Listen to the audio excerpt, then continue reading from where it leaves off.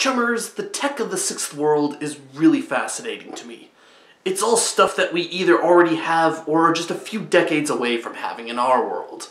So, with all that said, let's take a little look at the Matrix, the Sixth World's equivalent of our internet.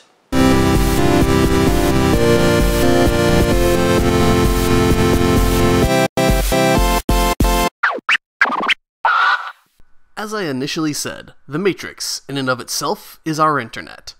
Characters in Shadowrun can access it using cyberdecks, similar to our laptop or desktop computers, or comlinks, which are more like tablets and smartphones. Cyberdecks are, of course, used by Deckers to misuse everything else connected to the Matrix, which is just about everything. They give an example in the book about how all this works in an everyday person's life. Somebody with their car connected to the Matrix can put it on autopilot and have it drive them home.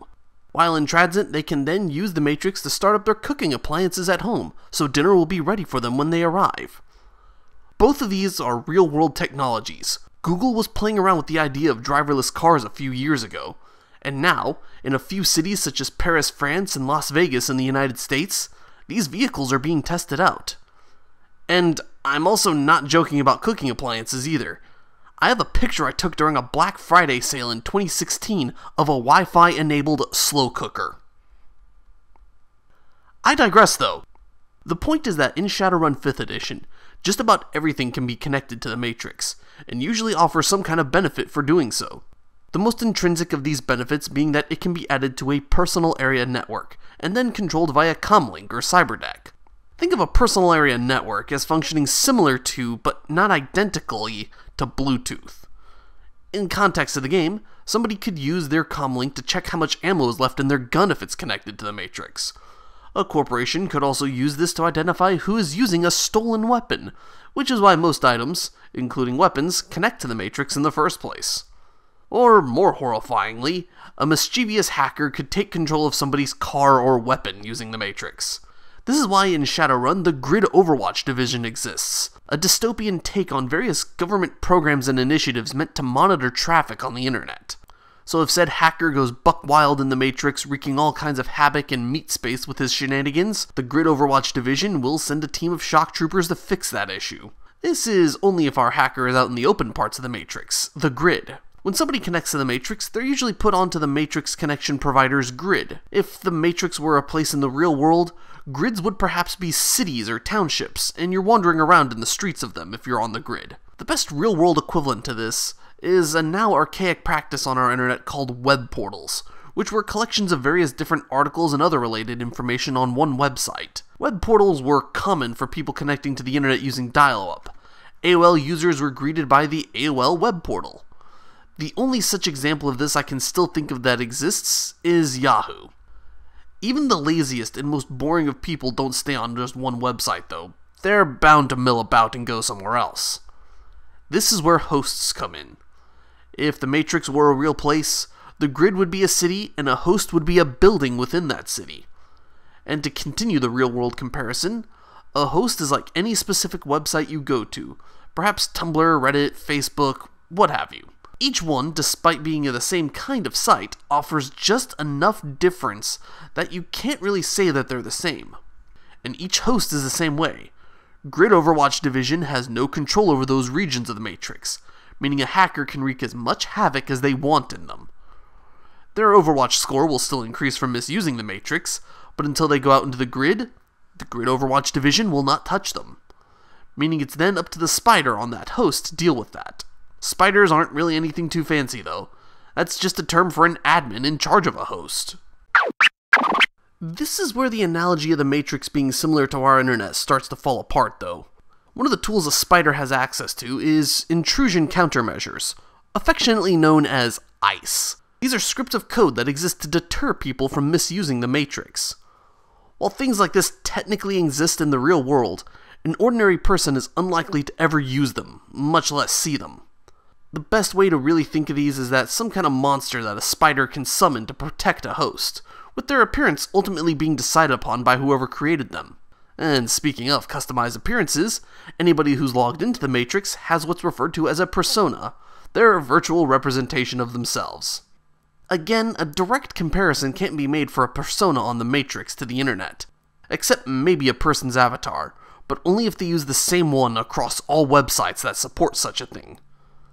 A persona, though, is the same no matter where you go in the Matrix. Which brings me to one final part of the Matrix's anatomy: how to experience the Matrix.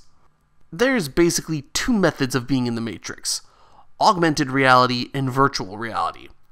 Augmented reality in Shadowrun is similar to the real-world counterpart, where images in the real world can be scanned with a camera, and depending on what the image is, different content will be overlaid on that image or through that image.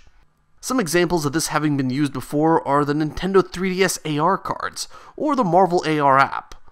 While AR might have come and gone like a fad in our world, it remains prevalent in the Sixth World, primarily because anybody connected to the Matrix can send an augmented reality object, or arrow, to another person on the Matrix.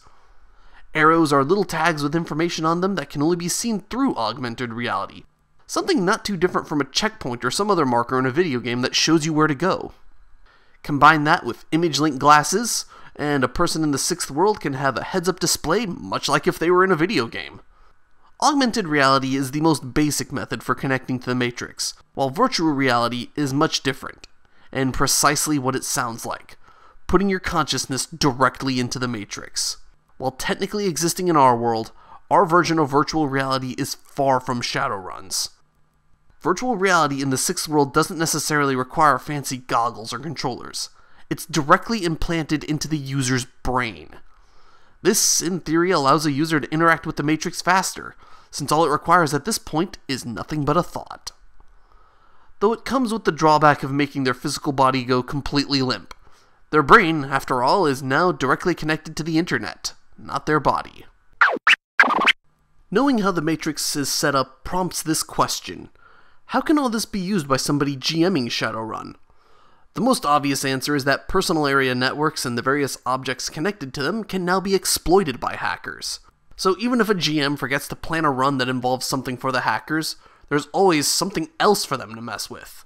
Another thing to consider is this: most corporations will likely have their own host, with all their workstations, servers, and other computers are likely connected to, much like any modern-day business. This means that, in theory, if a hacker doesn't want to, they can avoid leaving their own home for a run, instead accessing the host they need via the Matrix. Conversely, if a corporation has some information, data, or devices they want to be absolutely certain remain safe, then the safest way to do so is to have a host that isn't connected to the Matrix. Meaning then the only way to access it is to be physically near the devices, which is also similar to how things work in most of the Shadowrun video games. So there you have it, chummers. My little autopsy of the Matrix from Shadowrun. It's one thing to know how to misuse the Matrix, but it doesn't really do you much good if you don't know what all you can misuse. And as it turns out, there is a lot. Thanks for watching. If you found this breakdown of Shadowrun technology helpful or interesting, I'd like it if you could press that thumbs up button for me. If there's some other aspect of Shadowrun you want me to elaborate on, feel free to leave it in the comments. So chummers, with all that said, I am Shadowrun, and I'll see you in the shadows.